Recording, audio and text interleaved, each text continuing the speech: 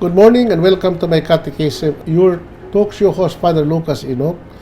And again, as usual, together with me is my co-host, Brad Adam and Pierre, the President of the Catholic Faith Defenders of the Archdiocese of Cebu. Today is a very special day in our liturgical calendar because we're celebrating the feasts of the Transfiguration of our Lord Jesus Christ. And this event in the New Testament, in which Jesus transfigured himself before the eyes of his disciples, is part of what we call the luminous mystery in our Holy Rosary. In fact, it's in the fourth mystery, in the mystery of lights. And this is very important event in the life of our Lord Jesus Christ, because it was in this particular event that he appeared to the disciples, revealing himself to them, his fullness, the fullness of his glory, his divinity, in order to tell the disciples that indeed he was the true Son of God. And this is something that Brad Adam and Pierre will be discussing today. Please stay with us. We'll be back after this short break.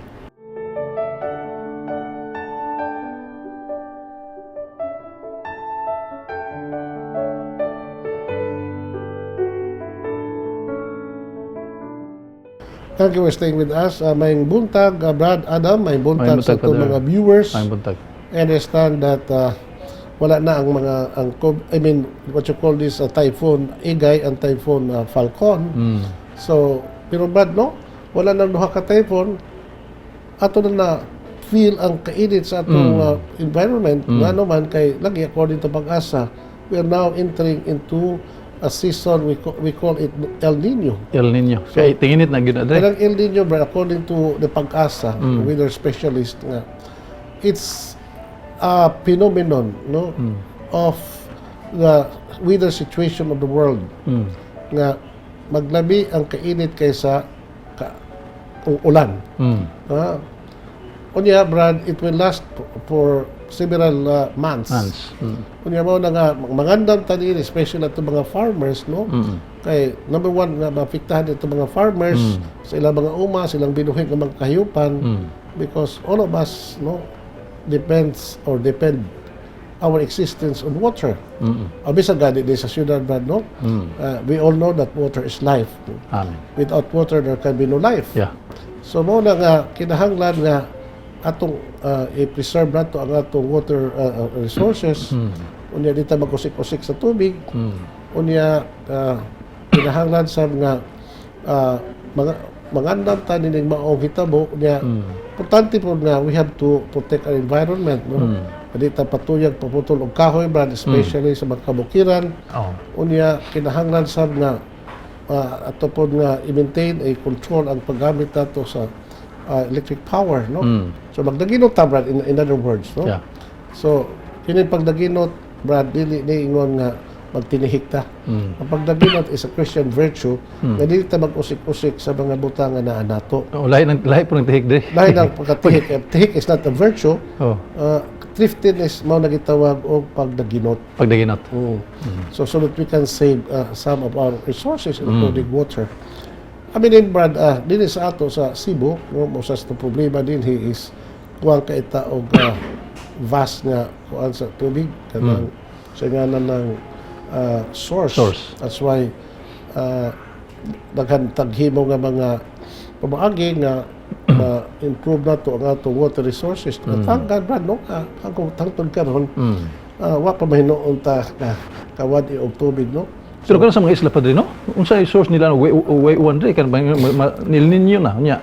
Wa may maabot dito na. Brad, no, ako taga-Isla man ko, no?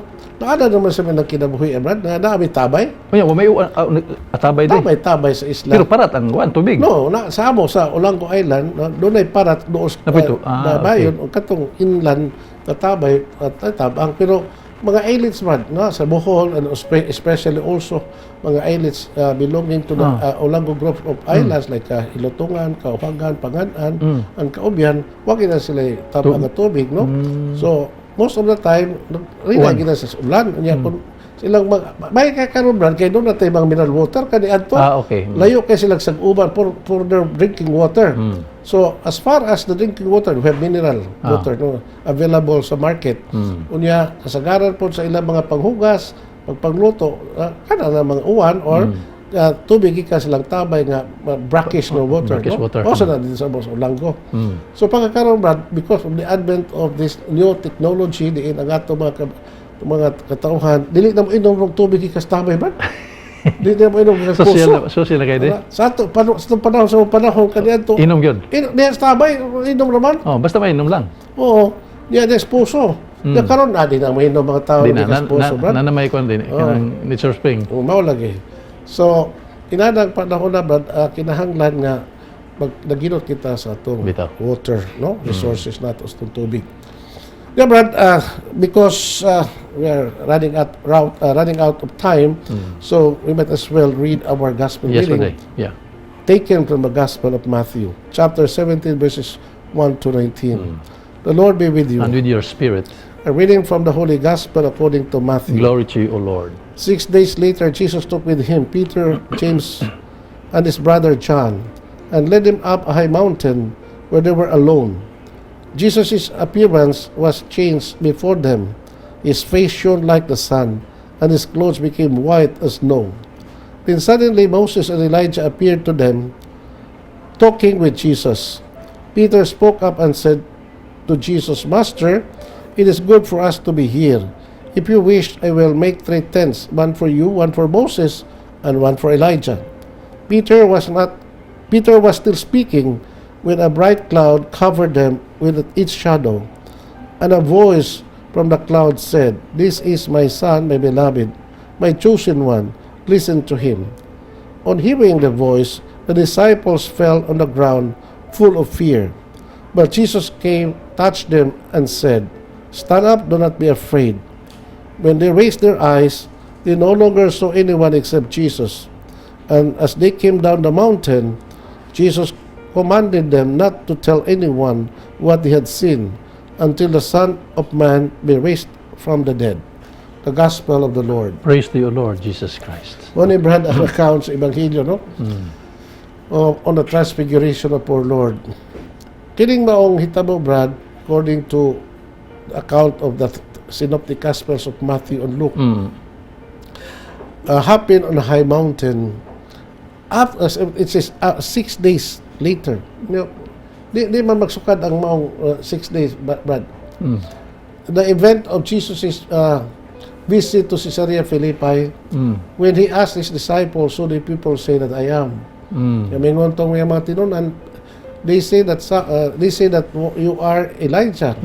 Some say you are John the Baptist, or one of the prophets of old. And Jesus said to them directly, and you, who do you say that I am? And it was Simon Peter who said, You are the Christ, the Son of the living God. Yeah. And Jesus said, Blessed are you, Simon, for neither flesh and blood has revealed this to you, but my heavenly Father. So I say to you, you are Peter, and upon this rock I will build my church, and the gates of hell shall not prevail against it. That is in Matthew chapter 16 verse 18, 19, and following. Yeah. Yan 6 days after the event at Caesarea Philippi, according to the account of the Gospel, they began their journey to Jerusalem. Now, remember, it was in Galilee. So, that journey of Jesus from Galilee to Jerusalem was very crucial sa iyang kinabuhi, Brad, because that was what they call his journey to the cross. Because Jesus knew fully well that time for him had already come, that he has to go to Jerusalem in order to fulfill the will of the Father for him to suffer and die for the salvation of humanity. Nahibaw ko itong ginawa na, Brad. Unya, kini nakakos kini niya uncertainty, anguish, and suffering. Imagine that, no? The thought of being arrested and the thought of being scourged and be made to carry the cross and eventually be nailed to the cross and die. That haunted the Lord. No? And along the way, he gathered 3 of his disciples, no? Natawag na itong inner circles ng Ginoo. Si Peter, the brothers John and James, no? on a high mountain. Now, according to some scholars, Brad, that this particular mountain, they call it Mount Tabor. Tabor. Others also, it is said that it was not on Mount Tabor, but on Mount Hermon. Now, Mount Hermon, Brad, is Lahi po na siya, Dre. 6 miles in the northern part of Caesarea Philippi. Ang Caesarea Philippi di part sa Galilee. Yes, the northern. In fact, ang Caesarea Philippi, Brad, it's the northernmost tip of the territory of Israel. It is a mixed group of people. Many are Gentiles, pagans, and some are Jewish people. So, from that event of at Caesarea Philippi, they moved and began their journey to the holy city of Jerusalem. Mo nagagigo na to, that was his journey to the cross. Unya, you could just imagine, Brad, no? Along the journey of Jesus, no? Ako maka-picture ko, Brad, ba nga, unsa ang iyang gibati siyang kasing-kasing. Because being human, ang atong Ginoo na po niya ang kahangawa, kahadlok, kasakit na he would finally fulfill his mission, the reason why he came into this world. His passion, death, also his resurrection. O na nga, perhaps Jesus wanted to look for a place where he could be alone, together with the 3 disciples, and according to the account, in order to pray. So, you know, Brad, the life of our Lord, is a life of constant prayer. No? That is the soul of the very existence of our Lord. No?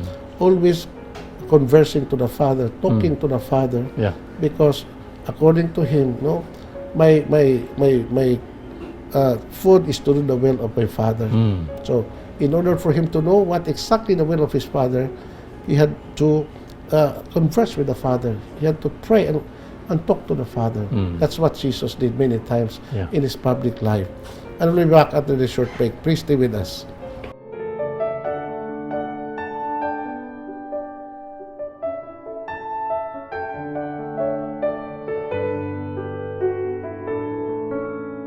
Thank you. Stay with us. Brad Adam, ato nang padayon ng atong reflection sa Evangelyo.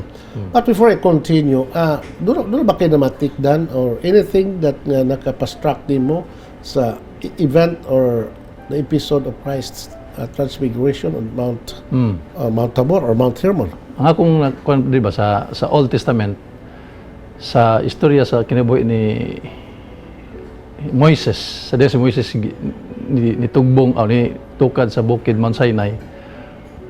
Unya, kuha mo to din ay nausap mo to yung naong di pero sa kibaw. Yes. Natingala ang mga tao nga pag kuha niya, pag tugbong niya, nausap yang panagway.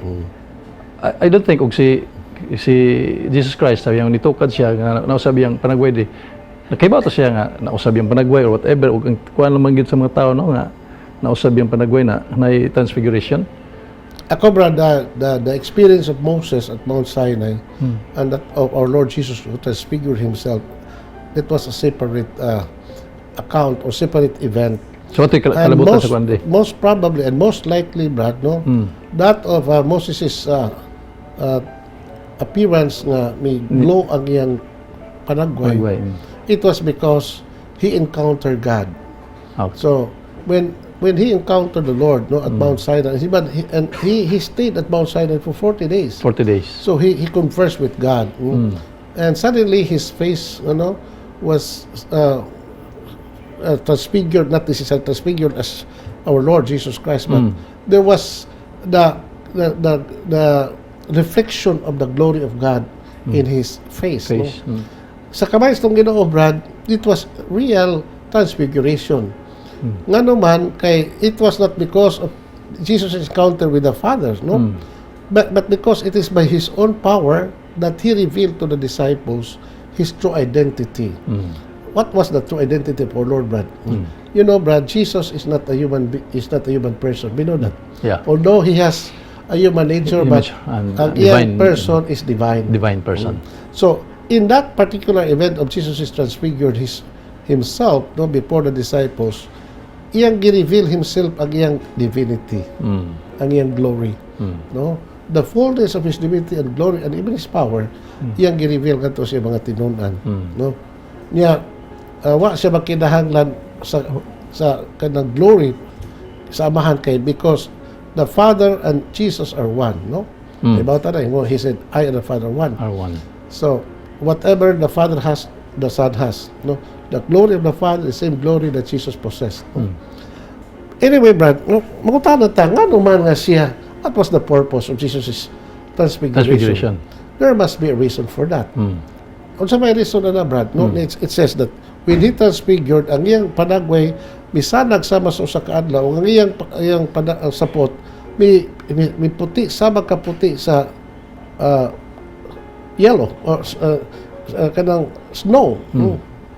Unsa ba bisan na snow, Brad? Niebe. Ice. Niebe, okay. So, nakita na to, Brad, ang iyang kasanag sa iyang panagway. Dili na ang iyang pagkatao na nakita sa mga tinunan. Although ang iyang human figure nagpabilin, but ang iyang humanity may transfigured. Unya, Brad, together with the Lord, no, was Moses and Elijah. Yeah. No, ganun nga matay si Moses, Brad, o si Elijah.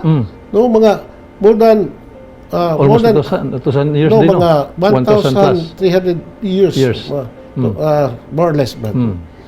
Unya, kano kayo na nangamatay ni Brad? Unya, karon bitungha, may appear, no? May appear. Together with the Lord. And according to the account of St. Luke's, both Moses and Elijah talked to Jesus about his exodus, his departure. What does that mean? Kada pingon, they talked to Jesus concerning his departure or the exodus, meaning his upcoming death on the cross. So, not only that, but no, we have to use our imagination. No, we cannot. We were not there, but we can imagine. No, using our imagination, Brad. No, we were there together with Peter and the two disciples. Ito gamiton, Brad. No, Moses and Elijah did the Shekinah glory of a God. No, also hovered over them, and the voice of the Father was heard by the disciples. This is my son, my beloved. Listen to him. So, not only Moses and Elijah, no, confirm that Jesus is the Son of God, because Moses, but no, we know that Moses is the greatest lawgiver in Israel, and Elijah was considered the greatest of all the prophets. No, and we know, Brad, in the Jewish scripture, or we call it the Old Testament, no, they divided that book. The Hebrew Bible, the law and the prophets. Moses stands for the law, and Elijah stands for the prophet. And here comes Jesus, transfigured before their eyes. And then, what was the message? No, the message is that Jesus is the fulfillment of the law and the prophets. So there should be no doubt sa usa ka tawo, especially his disciples and even to us, na kita there should be no doubt concerning Jesus's identity. Dili na to magduha-duha nga siya anak sa Dios. Mismo ang Dios may confirm nga this is my son. Mismo ang scripture, ang law, ang prophets confirm nga this Jesus is really the fulfillment, of the prophecy of the old. So for the disciples, mao na ang mensahe sa tong Ginoo o kanato usab, nga kita, Brad, mingon magod si Pedro, Brad, nga you are the Christ, the Son of the living God. Now, Jesus wanted to prove to Peter that Peter was correct in saying you are the Christ, the Son of the living God, by the way he transfigured himself. Now, Brad, nga naman nga importante magyud ang atong Ginoo mo pausap sa panagway. We don't know exactly the motive of our Lord, but we can only surmise that to give the strong message sa iyang mga tinunan na dili na sila magduha-duha unta sa pagtuon niya. Many of them are still doubting. Siya nagyod ang batuon ng Mesiyas. Kisa man, ang nagsaksi may tungod sa iyang pagkaanak sa Diyos, sa iyang pagka-Mesiyas, ang balaod o ang propeta. Unya, gawas anak, the glory of the Father was visible to the Shekinah glory. Kanang clouds, but para sa mga Hudyo, importante ka na because it represents the glory of God or the presence of God. We know that when the Israelites traveled from Egypt to the promised land for 40 days, they were guided 40 by years. 40 years. 40 years. They were guided by, by the clouds, Clouds, during the day. Yeah. To protect them from the heat of the sun. And when Moses erected the tent of the meeting place where God promised to meet his people, the whole meeting place was covered with cloud. Again, the Shekinah glory. Then also when Solomon, Brad, made the temple of God, according to the book of Kings, when he dedicated the first temple in Jerusalem, and during the act of dedication, the whole temple was covered with clouds. The clouds. Unya, Brad, mao po ni ang nahitabo karon at Mount Tabor or Mount Hermon. So, gana makita nato, Brad, ang Ginoo mihatag yun og strong message nato nga he is what Peter said, the Christ, the Son of the living God. Unya, on the part of our Lord, Brad, it was a confirmation for him because it was Moses and Elijah who conferred to Jesus about his coming death on the cross. And armed with certainty that what he did on the part of our Lord was the will of the Father for him, then he had to go, no matter what. Because sa atong kinabuhi, Brad, doon naman may panahon nga kita muhibog something nga kadabang extraordinary itong kinabuhi ba? Muhibog tag-desisyon itong kinabuhi. Pero na kung pangutana, Brad, kini, is this the will of God for me? Brad, sa itong mga major decision itong kinabuhi, in any decision that we make concerning our life, the first thing that we have to do is to ask, is it the will of God for me? Now, and this is something that we have to continue after this short break.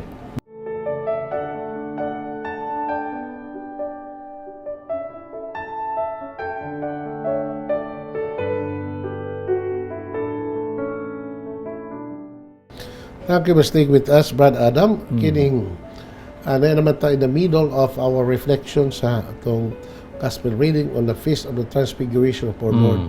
So, being a lay, unsa may imong ikapaambit sa atong mga katawhan? Nalagoy, murag a sort of clarification na padri ba sa kalabot sa kalabot sa katong profession ni Peter nga you are the Christ, the Son of the living God. Dili pa gito tin-aw sa iyang hunahon adi nga kay during the time nga gi-crucify atong Ginoo ni kuan gid siya ni layas mo gid siya ni palayo siya, in fact iyang gi-deny si Kristo sa pa murag ang iyang tubag ato padri murag dili pa gid tingali to kayo. Brad, di ba may to, blessed are you, Simon, for neither flesh and blood has revealed this to you. Sa to pa katong iyang profession of faith, it was not out of his knowledge and conviction, but it was a special revelation of the Father to Peter. So meaning to say, nga it's not just enough to say you are the Christ, the Son of the living God.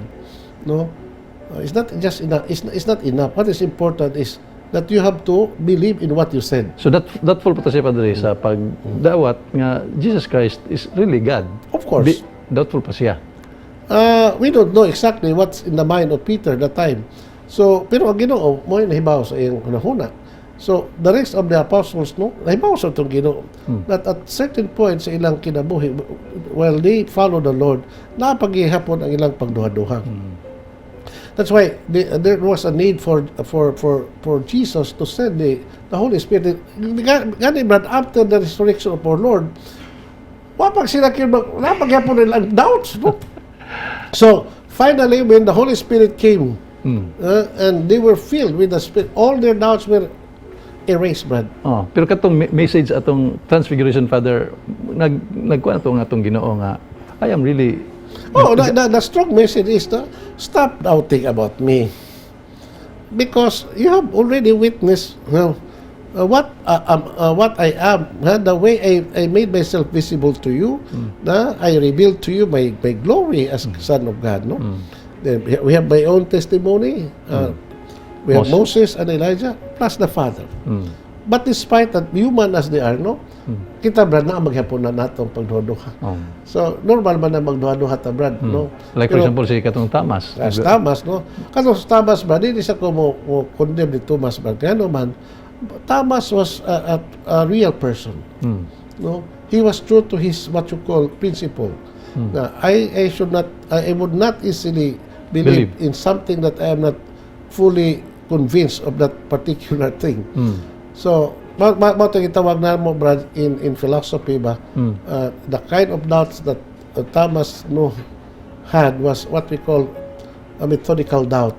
Methodical doubt, meaning, Brad, that's very important. Nga naman, because knowledge, or we call it in philosophy, certitude, comes from doubts.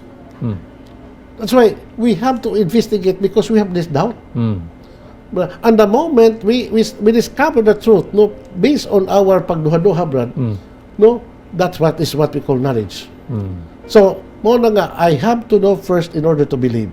That was the philosophy of Thomas. So, and when finally Thomas encountered the risen Christ, ang iyang doubt vanished.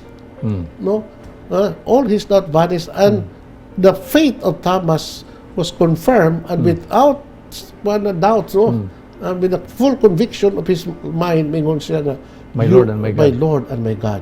Okay, that's it, Brad. Yeah. Nakaroon, padayon ta sa itong Ebanghelyo, Brad, no? So, si Pedro, gusto siya nga mapulong ang ilang experience dito sa bukid. Lord, we want to stay. It's good to be here. So, dito tama na og sa bukid. Dito tama to Jerusalem. No? Kung buot ka, maghibok og tulong kapayag sa limo, sa kang Moses o sa kang Elijah. But Jesus, no. He said no. No, we have to go. Ato patong Ginoo, because it's the will of my Father that I have to continue with my journey. No? Although it's not stated in the Bible, but at the back of the mind of our Lord, I have no other choice but to follow the will of my Father, despite the difficulty, despite the suffering, then I have to go. Ngano kiba mo itong author diri nga, kato, moto si Moses, moto si Elijah nga, dugir mo ito kayong mga tawhan na, unsa may basihan nila ito de? You know, Brad, St. Lucas was kita. Huwag yung kita. And maybe Matthew, the author of Matthew was not there. It was Peter og si kanang John og si kanang James. James. Yeah, ngano nakasuwat man sila. What was the source of their writing? Most probably the testimony of Peter and John and James. No, they John and James, also Peter shared that experience to other disciples, and they also shared this experience to the first Christians. Di ba? Di ba bingo itong Ginoo, paglakaw ka mas di mo kalibutan, o sulti sila, tuloy sa tanan nga kung gisulti ka ninyo. So, what the disciples received from the Lord, their experience, their encounter with the Lord is what they preach to the people, including this transfiguration event. So, murag lamdang ito sa Espiritu Santo din, kana tawhana ang nasa pika si Moses, kana si Elijah, nga wa man sila kuan gyud ato. Nga basihan na to. Basin tingali og nagyoy mga dibulto nila ato din, no? Sa we don't know because the gospel did not give us the information that the details about whether what the disciples saw were Elijah and Moses, no? Yeah. Agato lang, Brad, tuon na lang ta diha siya nakasulat. Okay? Because if we investigate more, we cannot arrive at a certainty on what actually the reason and why Moses and Elijah appeared, or what in what way that the disciples knew the identity of Moses and Elijah. We should not nila ta mo dwell on Brad, no? Ang ato na lang, we just accept what the testimony of the scriptures nga ato gibasa. Luke. O na lang. Luke and Matthew. Okay. So, Brad, mingon si Pedro, we want, Lord, ansin na ta din he? Yung sa may, what's in the back of the mind of Peter? You know, brother, times nga, we feel good sa atong life, no? There are momentary happiness, no? In our religious experience, no? Certainly the experience of Peter and the two disciples were such a profound experience that they want to savor it in their lives. But imagine, bro, to behold Jesus in His glory and divinity is what we call the foretaste of the kingdom, the joy of the kingdom of heaven. We call it the beatification. And besides that, bro, no, there is a connection between the transfiguration of our Lord with that of His future resurrection. As if the message of our Lord to the disciples, now you have seen me, you have already testified who am I. No? But we go to Jerusalem, the Son of Man will be handed over to His enemies, He will be put to death, and on the third day He would rise again. Yeah. So you're being assured of my resurrection. Never mind if you would see me, you know, being scourged, being made to suffer, and be crucified. But I am assuring you that just as I am appearing to you in my glorified state, that what would happen to me in my resurrection. Amen. So the message of our Lord, no, remain in me. Remain steadfast of your faith in me. Mo na siya po. Despite the shame and the scandal of my death on the cross, you are already being assured of who am I. So plano gyud to sa Ginoo Padre, no, nga kanang diha sa iyang kamatayon, at least ang samata sa isa iyang sayawa Padre, murag pildi ang Ginoo. Pero sa plano sa Ginoo, daw gid siya. Okay. For that redemptive act. I agree with you in that observation, Brad. No? Pagtuo ba kong yawa, Brad, nga sa diha nga namatay to Ginoo, Pildi. that will be his victory. Yeah. Pero ang wala may bawi nga the death of our Lord was the defeat of His enemy. Pero we don't know po sa naasa mind sa yawa ato panahon, Brad. No? So we cannot dwell on that. Now, sa kabahin na to, Brad, no? Unsa masay effect na to? Unsa masay reaction na to nini maong transfigurations to Ginoo, no? As we celebrate the feast of His transfiguration today, this Sunday. Ngaunta, kita ba, although we have not seen the Lord in person, although we're not present in His transfiguration event, but if we continue believing and without doubting that He is the Son of God, then we are more blessed or blessed. Kamatong pastong yan sa Baghini ni San Juan, no? Mulahan sila na mituo, bisan wala makakita. We were not there in the transfiguration event. We were not there when Jesus was still alive. We were not what you call witnesses of His resurrection. But we believe, despite of our not being there. By the testimony of the scriptures that we read, and by the testimony of the church being proclaimed, under the guidance of the Holy Spirit, we continue believing, and that would make us great in the eyes of God. Amen. The Lord be with you. And with your spirit. Almighty God bless you, the Father, the Son, and the Holy Spirit. Amen. Thank you and good day. Praise the Lord. Hallelujah.